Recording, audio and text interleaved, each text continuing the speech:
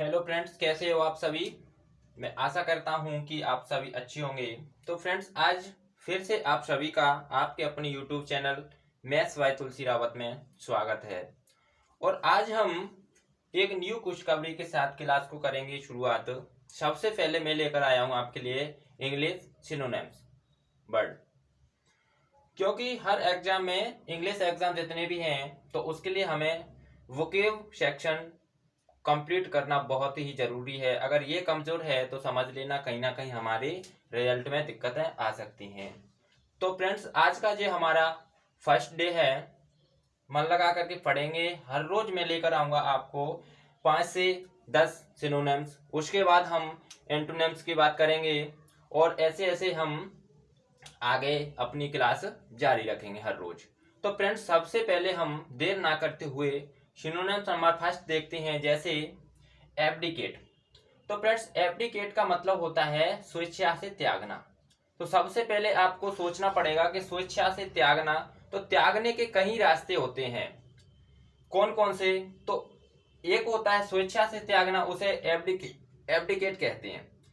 और दूसरा, जैसे संकल्प लेकर के भी छोड़ा जा सकता है, नापसंद करके भी छोड़ा जा सकता है और डायरेक्ट भी छोड़ा जा सकता है।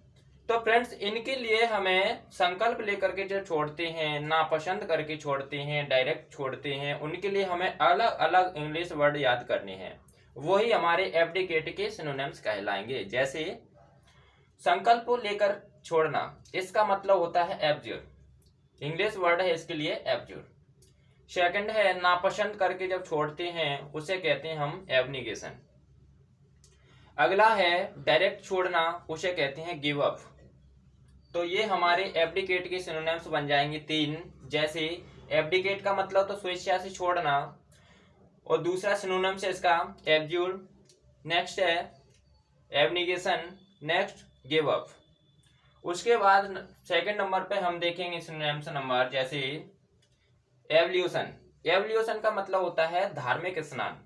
अब आपको पता होना चाहिए कि धार्मिक स्नान आपने पकड़ लिया। धार्मिक स्नान का मतलब होता है कि जैसे कोई गंगा मैया में भी जो स्नान करते हैं तो वो धार्मिक स्नान है एक अपने आप में। तो इसे हम सेक्रेड वॉशिंग भी कहेंगे, प्यूरिफिकेशन कहेंगे, क्लींसिंग भी कहेंगे। क्योंकि धार्मिक स्नान करोगे तो ये अपने आप में ये नॉर्मल स्नान नहीं कहलाएगा, सेक्रेड वॉशिंग कहलाता है, तो भी इसे धार्मिक स्नान कहते हैं। और ये क्यों करती हैं? क्योंकि आपके पाप धुल जाए, यानी शुद्धिकरण करने के लिए, तो इसे कहती हैं प्यूरिफिकेशन। नेक्स्ट है साफ सुथरा हो जाना अपने नेचर से, तो उसे क्लींसिंग कह दिया। तो एब्लिगेशन के जो अपने सिनोनिम्स थे वो क्या हैं? Sacred washing, purification and cleansing. Next है हमारा सिनोनिम्स नंबर 3, जैसे एबोमिनेट। एबोमिनेट का मतलब होता है नफरत करना। तो फ्रेंड्स, नफरत करने के भी कई तरीके होते हैं। जैसे इंग्लिश वर्ड है लोथ, हेट, डिसलाइक। जब किसी से नफरत हो जाती है तो इसे इंग्लिश में हम लोथ कह सकते हैं, LOATHE। हेट कहते ही हैं, नफरत होती है तो किसी को लाइक करने का मौका नहीं मिलता, डिसलाइक करते चले जाते हैं, तो इसका एक सिनोनिम्स बनता है आपका डिसलाइक। तो एबोमिनेट का हिंदी अर्थ है नफरत करना, और इसके इंग्लिश सिनोनिम्स बनते हैं जैसे लोथ, हेट और डिसलाइक। इसका मैंने आपके लिए हिंदी अर्थ बिल्कुल ब्रैकेट में उसके बाद में लिख दिया है, आप वहां से याद कर सकते हैं, देख रहे हो। नेक्स्ट अपना है सिनोनिम्स है एबॉरिजिनल। एबॉरिजिनल का हिंदी अर्थ होता है आदिकालीन, यानी बहुत समय से कोई रह रहा हो वहां पर। आदिकालीन यानी अब वर्तमान में वो वहां पर हो या ना हो, लेकिन पहले था, उसे कहते हैं हम आदिकालीन, यानी कि एबॉरिजिनल। तो आदिकालीन के और भी हैं स्थायी, स्थानीय निवासी, प्राचीन, स्वदेशी। तो फ्रेंड्स, इनके लिए अलग अलग वर्ड हमें याद करने होते हैं। जैसे स्थानीय निवासी के लिए हमें नेटिव याद करना होता है, प्राचीन के लिए प्रिमिटिव याद करना होता है, और स्वदेशी के लिए हम इंडिजिनस याद करते हैं। तो फ्रेंड्स, ये सभी एबॉरिजिनल के आपके सिनोनिम्स हैं। जैसे एबॉरिजिनल के सिनोनिम्स क्या हैं? Native, primitive, indigenous. नेक्स्ट अपना सिनोनिम्स है एवरेज। एवरेज, तो इससे हम ए को निकाल देते हैं तो क्या बन जाता है? ब्रिज। और ब्रिज का मतलब होता है दो रास्तों को जोड़ना। यानी छोटा करके। तो एवरेज, एवरेज का मतलब होता है छोटा करना। इसके अगले भी हैं छोटा करना, उसे और भी हम हिंदी शब्द यूज कर सकते हैं संक्षिप्त, इसका मतलब भी छोटा होता है। तो जब संक्षिप्त या संक्षिप्त बोलेंगे तो उसे क्या कहेंगे, एब्रीवाइट करेंगे। क्या कहेंगे, एब्रीवाइट। ब्रीफ, शॉर्टन, तो ये सभी क्या हैं, यानी कि एवरेज के आपके सिनोनिम्स हैं। जैसे एवरेज के सिनोनिम्स क्या हैं, एब्रीवाइट, ब्रीफ, शॉर्टन। नेक्स्ट आपका सिनोनिम्स है एवरेंट। एवरेंट का मतलब होता है असामान्य। तो फ्रेंड्स असामान्य को हम जैसे एवरेंट भी कह रहे हैं, एबनॉर्मल भी कहते हैं, एटिपिकल भी कहेंगे, और विजार। विजार का मतलब होता है विचित्र। कोई चीज असामान्य होती है तो वो सबसे अलग यानी विचित्र होती है। तो विचित्र शब्द के लिए हम इंग्लिश वर्ड यूज करते हैं विजार। तो फ्रेंड्स हमारे एवरेंट के जो सिनोनिम्स बनते हैं, जैसे एबनॉर्मल, क्योंकि वो नॉर्मल नहीं रहा, एबनॉर्मल हो गया। टिपिकल नहीं रहा, टिपिकल का मतलब सामान्य होता है, जबकि एटिपिकल का मतलब होता है असामान्य। अपन हमेशा कहते हैं हमारा एग्जाम टिपिकल था, अपन बिल्कुल गलत बोलते हैं, हमें अटिपिकल बोलना है, क्योंकि अटिपिकल का मतलब असामान्य होता है, जबकि टिपिकल का मतलब तो डायरेक्टली सामान्य होता है। तो अपन बोलचाल की भाषा में गलत बोलते हैं। तो फ्रेंड्स हमारा एवरेंट के जो सिनोनिम्स हैं, जैसे एबनॉर्मल, एटिपिकल, विजार। नेक्स्ट सिनोनिम्स है हमारा एबोलिश। एबोलिश का मतलब होता है हटाना या रद्द करना। तो फ्रेंड्स किसी चीज को जब हम हटाते हैं तो उसके लिए इंग्लिश वर्ड यूज करते हैं इरेडिकेट। नेक्स्ट यूज करते हैं किसी चीज को हम हटाना है तो कैंसिल कर देते हैं, कॉल ऑफ यानी रद्द करना। तो हमारे एवोल्यूशन, एबोलिश के हमारे जो सिनोनिम्स बनेंगे वो इरेडिकेट, कैंसिल, कॉल ऑफ।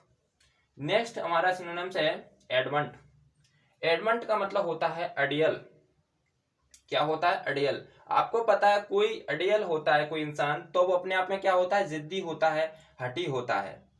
और जो लचीला ना हो वो अडियल। तो उसे जब जो लचीला ना हो तो उसके लिए हम इंग्लिश वर्ड यूज करते हैं इनफ्लेक्सिबल। जो जिद्दी होता है उसके लिए हम इंग्लिश वर्ड यूज करते हैं स्टूबर्न। जो हठी होते हैं उसके लिए यूज करते हैं इंग्लिश वर्ड क्या, ऑब्ड्यूरेट। तो हमारे एडमंट के जो सिनोनिम्स बनेंगे वो इनफ्लेक्सिबल, स्टूबर्न, ऑब्ड्यूरेट। नेक्स्ट सिनोनिम्स है अडेज। अडेज का मतलब होता है कहावत। तो फ्रेंड्स कहावत यानी अडेज के सिनोनिम्स और भी हैं, जैसे प्रोवर्ब, मैक्सिम, एशियम। तो इनका का क्या होता है, जैसे प्रोवर्ब बोलेंगे तो इसका मतलब लोकोक्ति, मैक्सिम का मतलब कहावत, और एशियम का मतलब होता है कहावत या स्वयं सिद्ध, जो स्वयं ने सिद्ध करी हो। तो फ्रेंड्स हमारे अडेज के जो सिनोनिम्स हैं, अडेज के जैसे प्रोवर्ब, मैक्सिम और एशियम। नेक्स्ट है और लास्ट है आज के लिए हमारा सिनोनिम्स। सिनोनिम्स हमारा 10 है एकॉम्प्लिस। एकॉम्प्लिस का मतलब होता है सह अपराधी। सह का मतलब होता है कि इसके साथ कोई और भी है, सह अपराधी यानी साथी के साथ अपराध के जुर्म में फंस जाना, उसे कहते हैं सह अपराधी। इंग्लिश वर्ड यूज करते हैं एकॉम्प्लिस।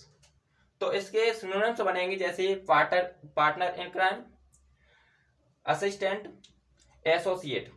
जब असिस्टेंट यूज करते हैं तो इसके लिए हिंदी शब्द याद करते हैं सहयोगी। जिसने अपराधी का सहयोग किया उसको भी सजा मिल जाती है, उसे कहते हैं हम एकॉम्प्लिस या सह अपराधी। और एसोसिएट का मतलब होता है काम के लिए जुड़े हुए व्यक्ति। तो फ्रेंड्स हमारे एकॉम्प्लेक्स के जो सिनोनिम्स बनेंगे वो हैं partner in crime, assistant, associate. तो फ्रेंड्स आज के लिए हमारे 10 सिनोनिम्स कंप्लीट होते हैं, और मैं आपके लिए हर रोज 4 से 5 यानी कि 5 से 10 सिनोनिम्स हर रोज रखूंगा। तो मैं आपसे आशा करता हूं कि आप इनको मन लगा करके पढ़िए, क्योंकि अगर हमारी वोकेब सेक्शन ही कंप्लीट नहीं हुआ तो समझ लेना हमारा जो इंग्लिश पोर्शन आता है हर एग्जाम में 20 नंबर का, किसी के 30 का, किसी में 100 का, तो उनमें हमारा जो कहीं ना कहीं रियलिटी की कमी रहती है वो इन्हीं की वजह से, यानी कि वोकेब सेशन हमें अच्छे से करना है। तो फ्रेंड्स आज मैं आपको ये 10 कंप्लीट करा चुका हूँ, नेक्स्ट क्लास में हम 10 से आगे देखेंगे। तो मैं आपसे आशा करूंगा कि आपको अगर ठीक लगे तो कमेंट सेक्शन में एक बार यस या नो करके आप अपना जवाब जरूर शेयर करना। तो फ्रेंड्स आज के लिए ही यहीं पर हम क्लास को एंड करते हैं। जय हिंद।